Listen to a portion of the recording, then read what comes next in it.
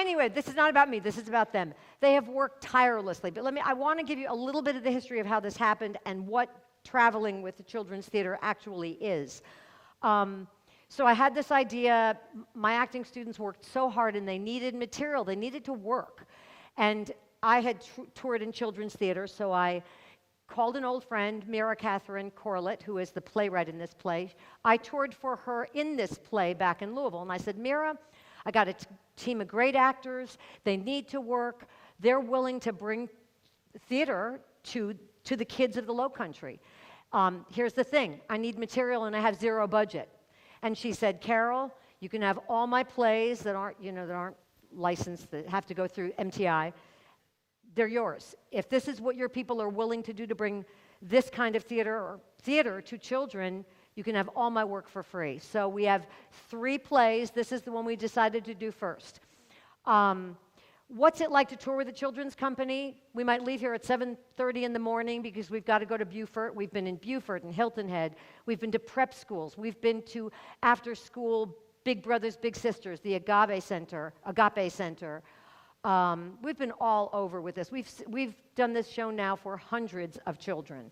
And these people have been troopers because you go there, there's not a stage like this, there's not mics. We travel, all this stuff we haul as a group in a couple of vans. It's not glamorous, but when you see the children's faces, it's all worth it. We're doing an enormous service to the Low Country and to the children. And I'm going to shut up now because these people are amazing, and I couldn't be prouder of them than of any other actors I've ever worked with. Their hard work, their devotion, and how truly talented they are. So without further ado, Fables, Anything But Aesop by Mira Catherine Corlett.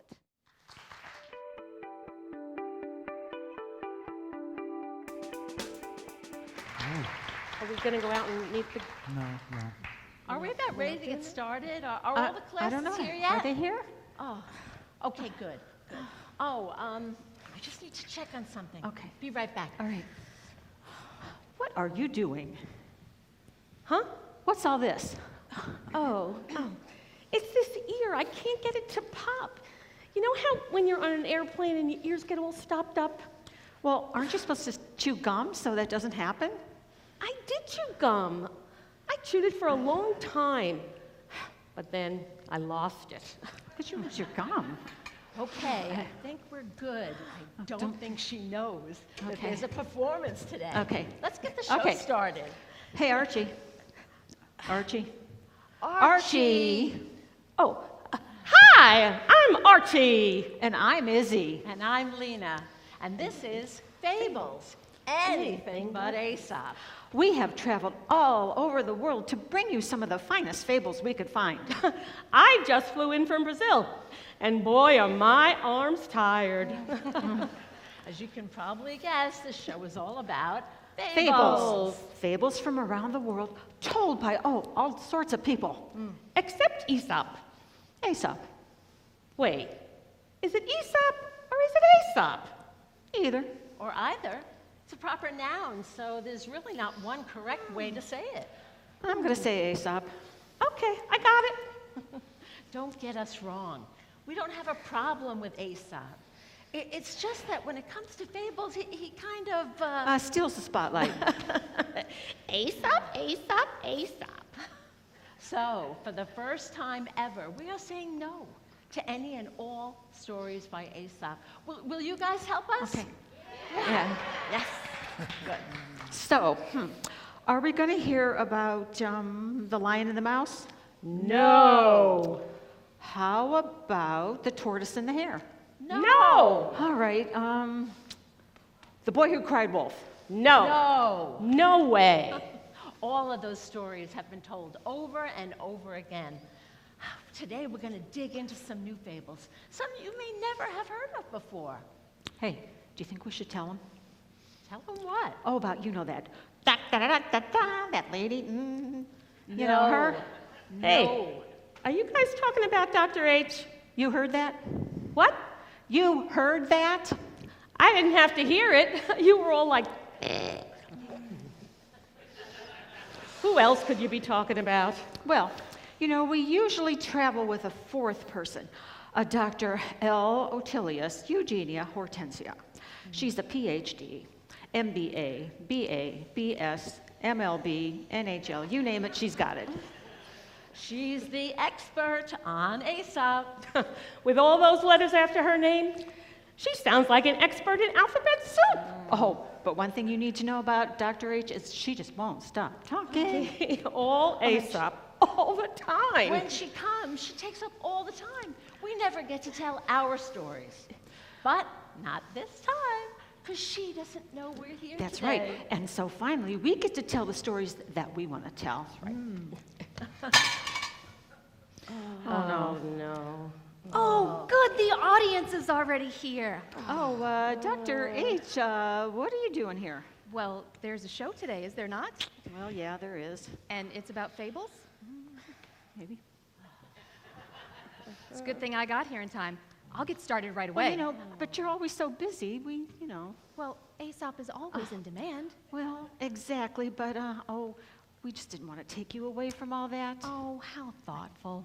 But honestly, I don't know how you guys are going to do a show without me. I'm the only Aesop enthusiast here. Well, that's just it. What? We were going to do a show without you. Well, they were.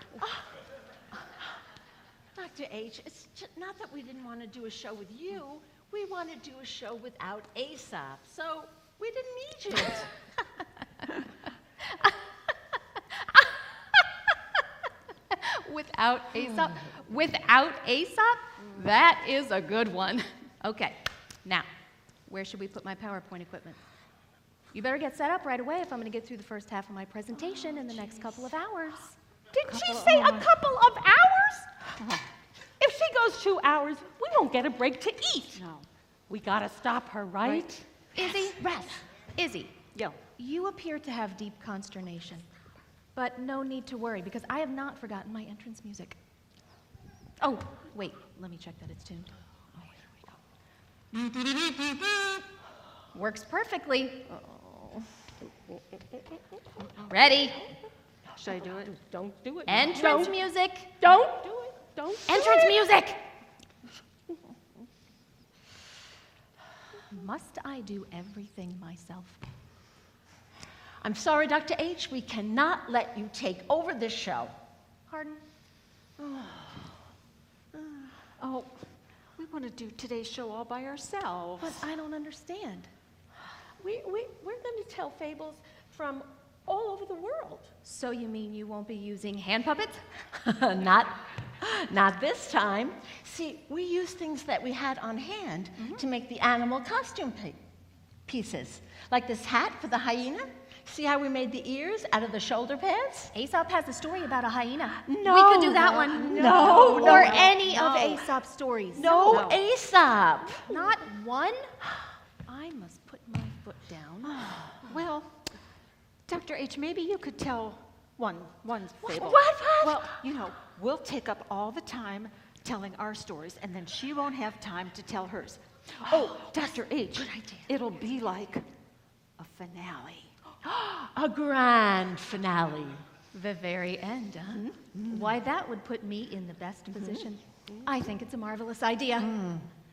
So we can start the show? By all means, I will be the final pièce de résistance. Great. Let's start the show. Hi, I'm Archie. No. Too far back. What? Did she say show attack? No, too far back. Too far back. Oh. Let's just start the show with that new fable you learned on your trip. Okay, good idea. All right, this fable is from Brazil. Can you show them, Lena? Sure. Right. Okay, so let's get this story started pronto. Now, we are going to be using some words in Portuguese because Portuguese is the language they speak in Brazil.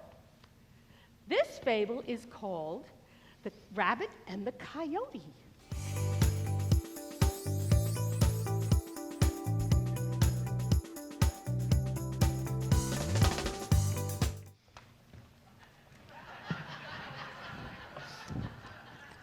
In the middle of the Cerrado, there lived a quail, a rabbit.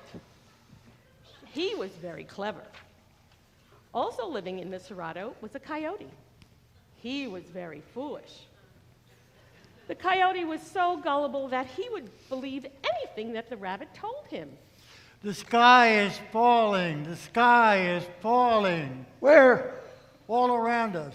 Quick, hide under that big heavy boulder. Under it? Yes, just lift it over your head for protection. I will go find us a stick to prop it up. Okay.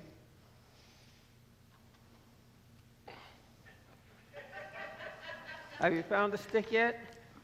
Not yet. How about now? Still looking. Just hold on to that heavy boulder, por favor.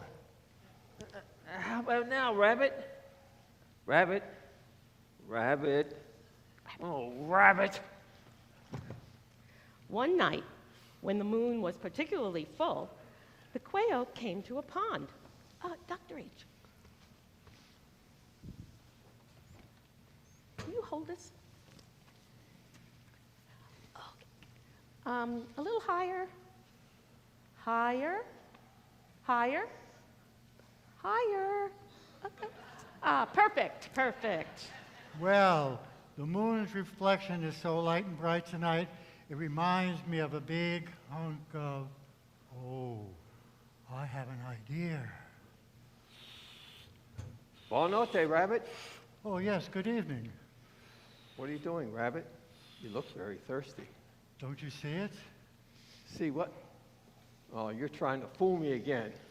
Just look, there's food down there. What kind of food? Oh, a big wheel of cheese. Oh, I love cheese. Well, do you see it? No, I don't. Oh, wait, there it is. It was that moment Coyote had seen the reflection of the moon in the water. I see it, I see it. Well, if someone could drink all that water in this pond, we can get to the cheese. That's a good idea. Yes, but who? Who? Yeah, who?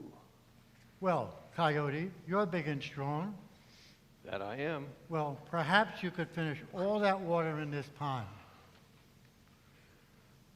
I'll do it. And so, Coyote started drinking. He began with sips, the sips became laps, and the laps became gulps. He drank and drank, but no matter how much he drank, he could not get to that cheese. Oh,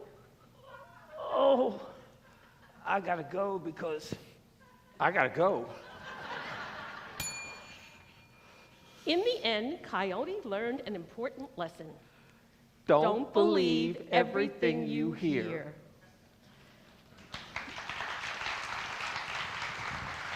Well shown, Moon. Oh, thank you. Are you all right? Huh? Oh, it's this ear. You know, I can't get it to pop. Oh, hey, can you scare me? Just scare you? To pop my ear. I think that only works for hiccups. What? That's for hiccups. Gesundheit. Oh, nice new fable, Archie. Oh, hey, Lena, is China up next? Hold on, team. Let's not move on before pointing out what makes this story a fable. Please allow me. Yes, the fable. A succinct fictional story ending in a moral statement, mostly told in prose, sometimes verse, often but not solely containing anthropomorphized creatures, and... Dr. H, thank you so much. That was very thorough. But Izzy will now explain in plain English. So, what Dr. H was saying is that fables are short, simple stories that teach us a lesson. That's right.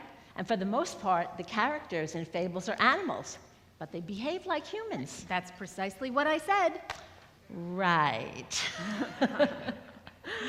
So now for the next fable, we are going to go to the opposite side of the world. This story is from Greece. China. But Aesop's fables are from Greece. Yes, but this is not an Aesop fable. Oh. Dr. H, we could use a little help with this story. Would you be interested? Oh, sure. Oh, Anything great. for the Come on, children. Kate. Follow me. Okay, good. The animals that are present in fables are unique to where the stories come from. So that's why you will not see a coyote in this next story, because there are no coyotes in China. Now, see here. This is not that to which I agreed. You said anything for the children, did you or did you not? Now, this is your time to shine. All ready? Perfect! This is an old story. Older than your parents. Older than their grandparents. Much older than our country. Almost as old as you could possibly imagine. We have set our story in the Shandong province of China. It is called The Foolish Dragon.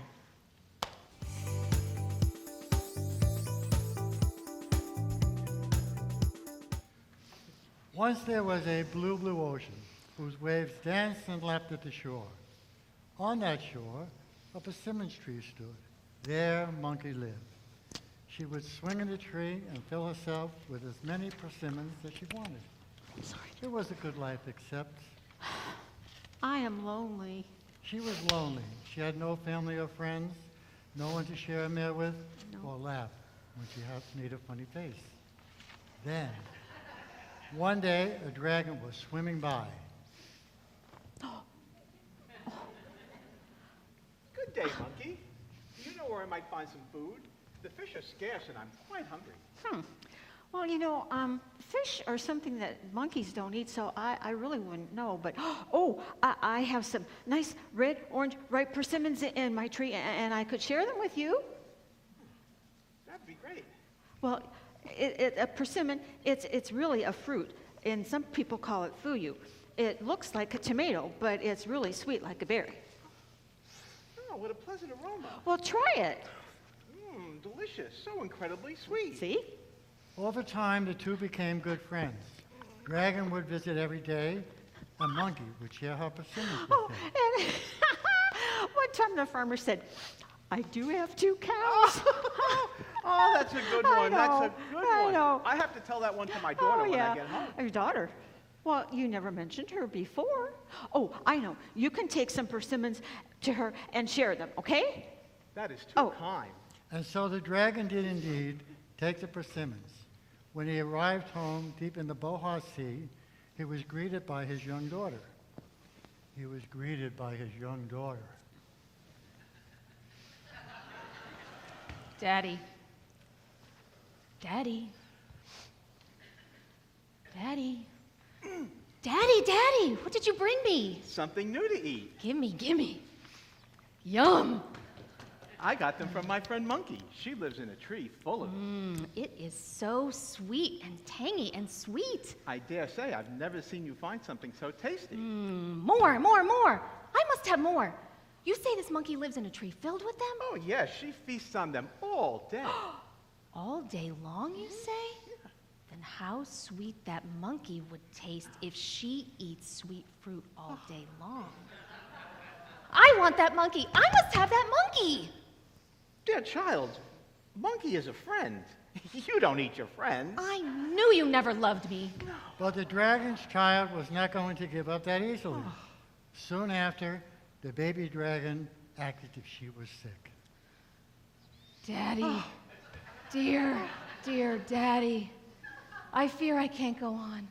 I'm afraid I'll die, unless, perhaps, maybe, no, I shouldn't ask it. Please, tell me. I'll do anything, child. Tell me. Well, I must have. No, I couldn't ask it. I mustn't. Please, anything. Anything. Tell me. Well, there is a chance that I could live if I have the heart of a monkey. Only the heart of a monkey will do. I already told you. I feared it was too much to ask. It is, isn't it? No. You care more for that monkey than your own child. No. Goodbye, dear Daddy. I'm going off to die alone. No. I'll do anything, dear child. I'll do anything. So, with great remorse, Dragon headed down the familiar path to the home of his friend. Oh, good morning, my honored friend. Oh, I'm so happy to see you this morning. I have a new joke for you. I look forward to hearing it, but first, I have great news for Oh, you. good. My daughter loved the persimmons so much that she put together a little party for you. A party for me? Oh, I have never had my very own party before. We insist that you come. Oh, kind brother, I'm most humbled by your invitation, but I'm afraid I can't come. I don't know how to swim. Do not worry. I can carry you on my back. Oh, okay. Hop on. All right. Oh, whoa, friend, no need to rush. It's my child. She's sick, deathly sick, and the only cure is the heart of a monkey. Oh, okay. Wait, what? I'm sorry. You're a good friend, but I must save my child. Oh, I'm surely gonna die. Think. I will miss all our time together, all of your jokes. Oh, think. What can I do? If there was any other way, but I must have your heart. Well, why didn't you tell me that before we left? I'm afraid, dear friend, I won't be any help to you. What did you say? Foolish dragon, don't you know that monkeys keep their hearts in the top of their persimmon trees? That's how we protect them from sickly dragons. I didn't know that. Well, if you take me back to my tree, I will happily get it for you. All right. And so Dragon took Monkey back. Quick as a wink, Monkey scampered up into her leafy home. Do you have it yet? Hurry up. Do you really think my heart's in the top of this tree? Come down here. We must hurry. No. I am quite safe in my tree. And the moral of the story is, Cleverness can overcome overcome any any foe.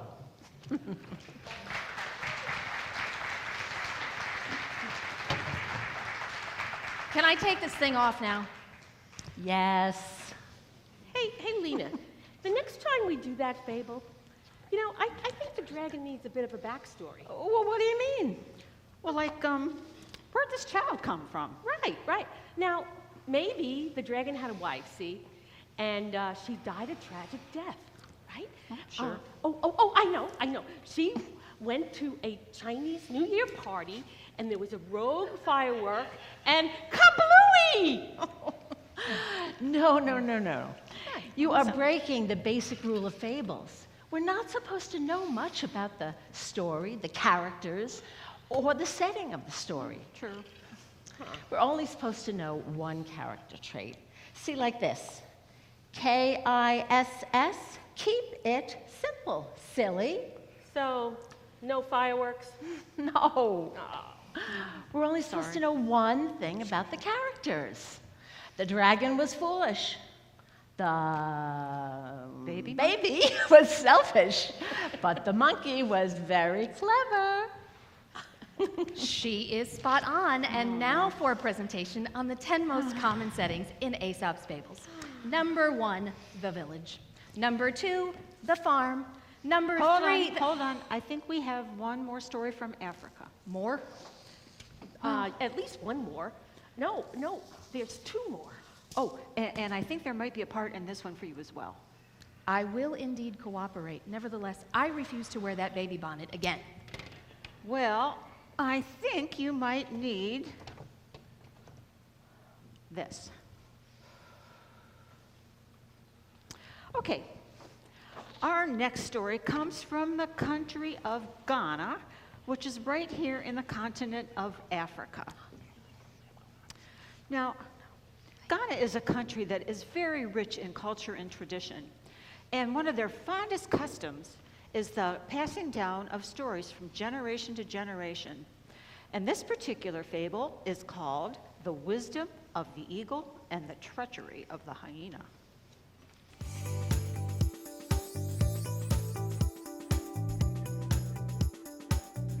Now, once there lived a hyena.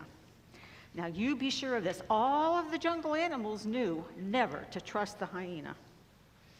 Ooh, come here, little mousy. You are just the right size to make a delicious treat for me. Now, one day, hyena was scavenging in the bush for food when, whomp, she found herself caught in a hunter's trap. Oh, what's this? Oh, no, maybe if I twist this way and pull on that, or... But no matter how she tried, to wiggle and jiggle her way out. Oh, she only got worse.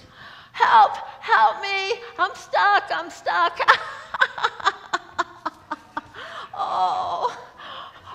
Oh, lion! See here, lion. Please help me. I'm stuck in this trap. I can't get out.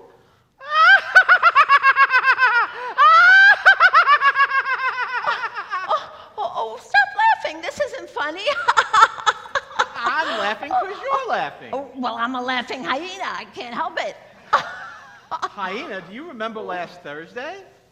No. Well, I certainly do. You stole my dinner when I was putting my cubs to bed. I'm not helping you out of that trap. Oh, help, help. Oh, I can't get out of this. Rabbit, my good friend Rabbit. Please help me out of this trap. Good friend, hey? Uh-huh. I know what you told Snake about my tail. You are no friend to me. And oh, my tail does not look like a loofah. Oh, it does. I got loop. Oh, Poor help. little monkey jumping on the bed. One fell off. Oh, monkey kind, generous, and ever so handsome monkey. I am stuck in this trap. Please help me. I don't know. Oh, please, I beg, I plead. I would do on my hands and knees if I could only get out of here. I don't think that's a good idea. Oh, it is. It's a great idea. It is. I would do anything to get out of here. If I did help you, Hyena, then surely, the very first thing you would do is eat me. Yeah, no, I cannot trust you, Hyena. No. I promise I'll be good. I promise. I won't touch a hair on your head. I promise. Well, you sound sincere, Hyena. Oh, yeah. All right, I will help you. And so, Monkey untangled Hyena. Oh, I can't thank you enough. But at that moment, Hyena realized something. And she let her tummy let out a loud growl. Monkey. No, Hyena, That's a bad monkey. Hyena. Yes. Stay back. Help! Okay. Help me! Well, Someone help me, please! It just so happened that the wise old eagle was flying overhead and he heard the commotion. What's going on here? It's not what it looks like. Oh? See, I was just walking along when I spotted Hyena in this trap, and she pleaded and begged me to help, so I did, and then she started chasing me. Oh, is that true? Well, not quite. You haven't heard my side of the story yet. What's your side? Well, I was stuck in this trap all day long. When I finally got out, I was so hungry. I had to eat something right away, right then and there. I am completely justified. I see. Whoa. What gives you the right? I helped you, didn't I? You'd be dead without me. Well, let me consider this for a moment. In order for you to understand whose side to take in this matter, I must see what happened here. Might you recreate the scene? Of course. So this is the trap, is it? Yes, this is it. Monkey, show me exactly how you found Hyena. Well, see, she was all caught up in the net, like this. Is that how tight the trap was, Hyena? Oh, no, it was tighter. The tightest trap ever. Even tighter still. How about now? Oh, much tighter. Oh, okay. That's about right. I see. You can't get out, can you? No. See? Well, run along, Monkey. Be on your way. What? Hyena's in the exact spot where you found her. From here on, she can solve her problems by herself. Well, so that is how we know that if you cannot keep a simple promise, you don't deserve the kindness of others. Splendid tale, splendid indeed. Not unlike Aesop's The Farmer and the Snake. Yeah, I can see that. I'm prepared to tell that one. Oh, no. That's Or all right. any of Aesop's stories. Well, we do have time for one more. Oh, but we haven't done a story from the Panchatantra. Oh, We that's true. can't do a whole show about fables without using one from the Panchatantra. But you said I would have my moment to speak of Aesop, who brought us some of the finest, dare I say, pinnacle fables of all time. The Panchatantra is a book of animal fables from India. It is thousands of years old. Of course, I know of the Panchatantra. Many of its stories were stolen from Aesop. You can't know that. Some scholars think that the Indian fables are even older and that Aesop adapted them into his stories. Blasphemy. Right? They're both so old, there's no real way to tell for sure.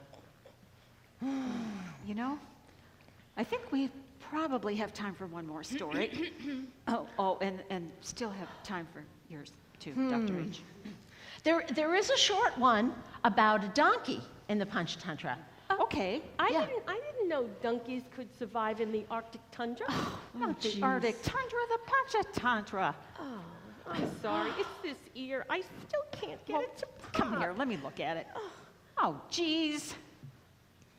I think this is your gum. Oh, that's where it went. Oh, thank you, Izzy. I'll save that for later. Ooh. Yuck. Moving right along, our last story is from the subcontinent of India, located right here. In the Panchatantra, this story is called The Musical Donkey.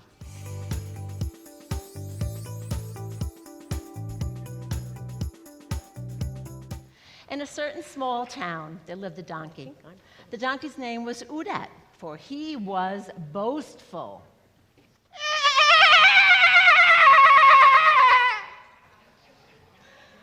Whew. All day long, Udat's job was to carry laundry. But at night, he was allowed to wander the village freely. But during those evening hours, he was bored until he found a way to entertain himself. It is the night, all is quiet, no one awake, no one to hear me sing. I'll so be famous, no need to imply it, and my voice will make me king. What was that? Did you hear that? Now see here. You don't want to mess with me. I'm a big, scary lion. Come out, whoever you are, and face your biggest nightmare. That was the night that Udat met Jackal. Please don't hurt me. Ah! Did you see a lion go Lion? by any chance? Yeah. a lion. Where? Oh, yes. He was terribly fierce and very good looking. He went that way. Oh, good. Jackal, what are you doing up at such a late hour? I'm an insomniac. I am an insomniac too. Really? Plus, I can't sleep. And when I roam around at night, I get so ravenous. I get ravenous No. too, yes? And I get really hungry. Oh, well, come closer, Uncle. I know where we can find some food. You do? I do. There's a farmer. There's a farmer who lives not far from here. And so follow me. Jackal led Donkey to a garden filled with all kinds of good things to eat. Now, Jackal showed Donkey how to bend low and sneak in. They ate their fill of cucumbers. Over time, Jackal and Donkey became good friends, and this was their ritual. Every night, the two would break into the farmer's garden, eat as much as they wanted, and leave before the sun came up.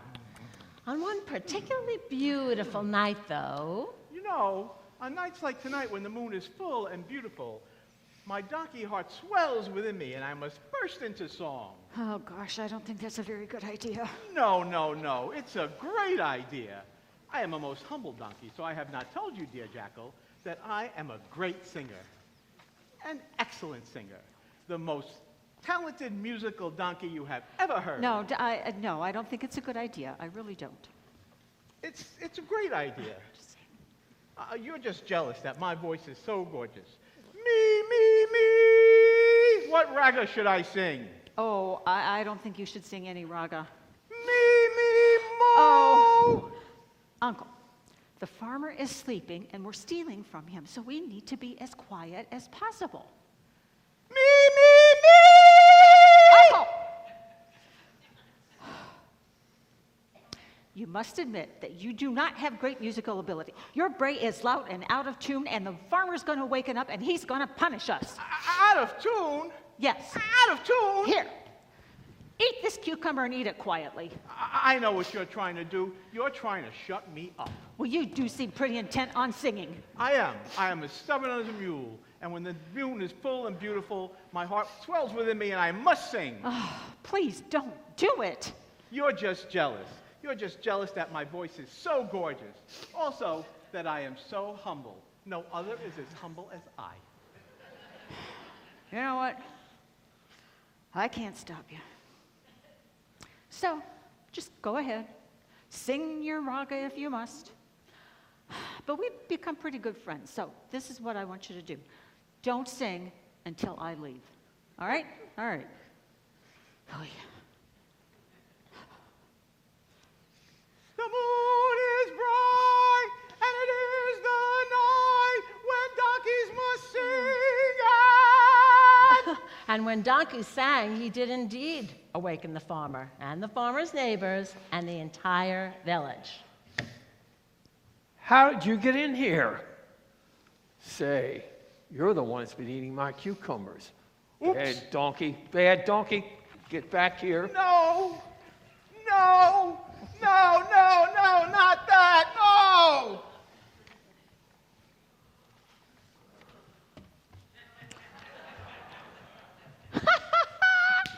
Oh, hey, is that the necklace that the farmer gave you for singing your beautiful raga? Perhaps you were right, that even on nights when the moon is full and beautiful, you shouldn't show off your voice if you are robbing a farmer. And that was the night the donkey learned there is a proper time and place for everything, and stealing is never okay.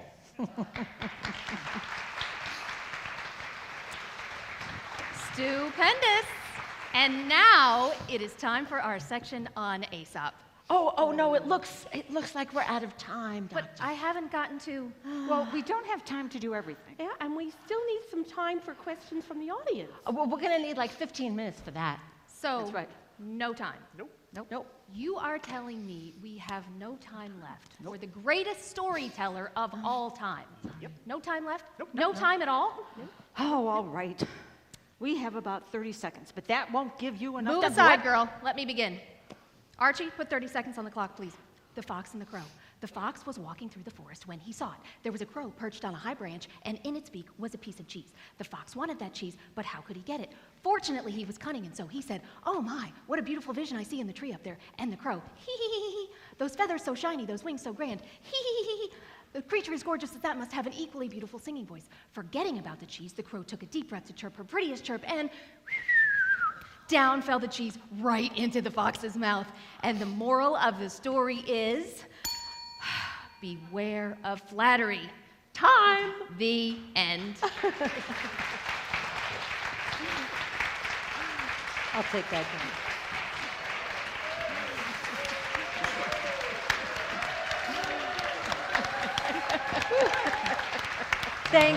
Thank you all. Actors, why don't you introduce yourselves?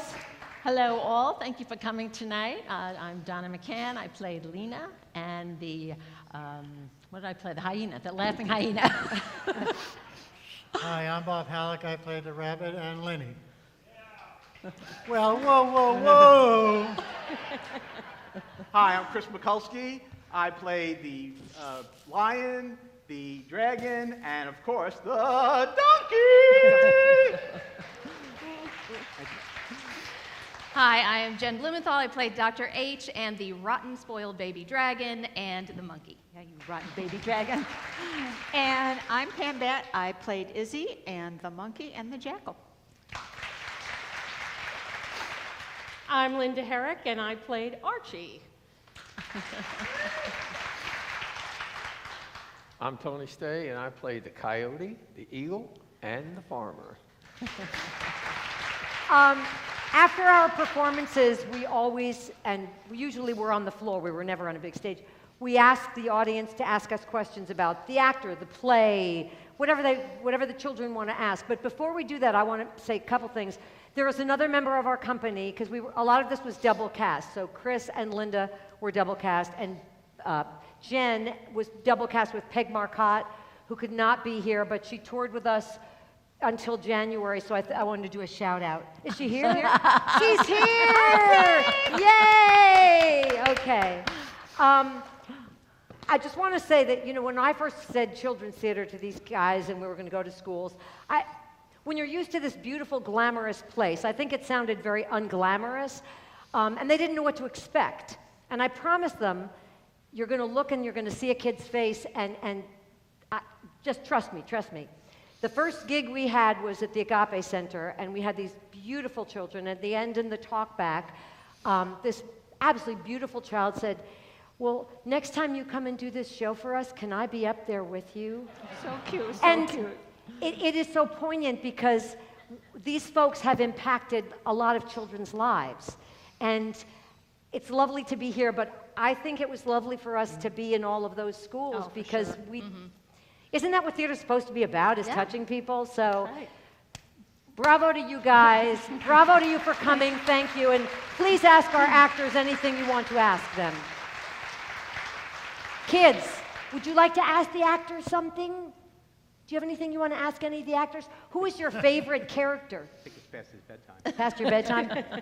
Chris, why don't you ask about what you usually say? So usually when we do it for schools and kids, I ask the audience to bray like a donkey. So on the count of three, we're all going to bray like a donkey. 1, 2, 3. Excellent. Yeah. And one thing that we usually do is have the kids come up and find With places the pointer on on the map. We bring the children up. It's a lot more interactive when you have Kids right 30, in front 40 of you. kids right in front of you. You can pull them up, you can ask questions, they fire things back at you, they point to the map. So it's a lot of And, fun to interact with to them. what Carol said, after the show, some of them run up and give you hugs. Oh, that's that's like so the best sweet. part. Christmas order. We actually and went to a Christmas daycare order. center where there were 3-year-olds, and we're like, oh my God, Yeah. it's going to be a disaster. They were riveted. They were just in awe of everybody. Right. The best thing about performing for you folks, though, is you guys got most of the jokes. Yeah, the kids didn't get all the jokes. So I'm going to ask, I'm going to put the actors on May the I? spot. Yeah, go ahead. And it's so rewarding to see the kids' faces, the smiles, and how they enjoy it. And it's really, really very rewarding, right? I think for sure. everybody agrees with that.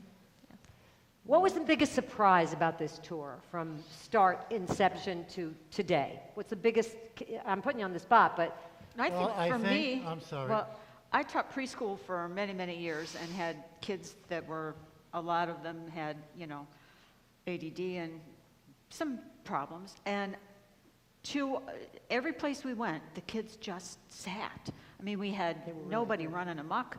They were all, even the little 3 and 4-year-olds. And the 13, I mean, we had some that were probably 12, 13, and they were just as riveted. I thought, oh boy, they're going to be on their phones and who knows what. But no. yeah. So any other questions before we say goodnight? Please, feel free. And we're always looking for new actors, so if anybody wants to join our troupe. And if anybody wants to help with the selling of it, the booking of it, Yeah. It was a lot of work for me this year because we had to make it happen. I had to make it happen. So And you did. I did, Thank but you. it was really hard. So if anybody really is interested, call me. I could use some help. And all of us as a group want to thank Carol for making this whole thing Right. possible.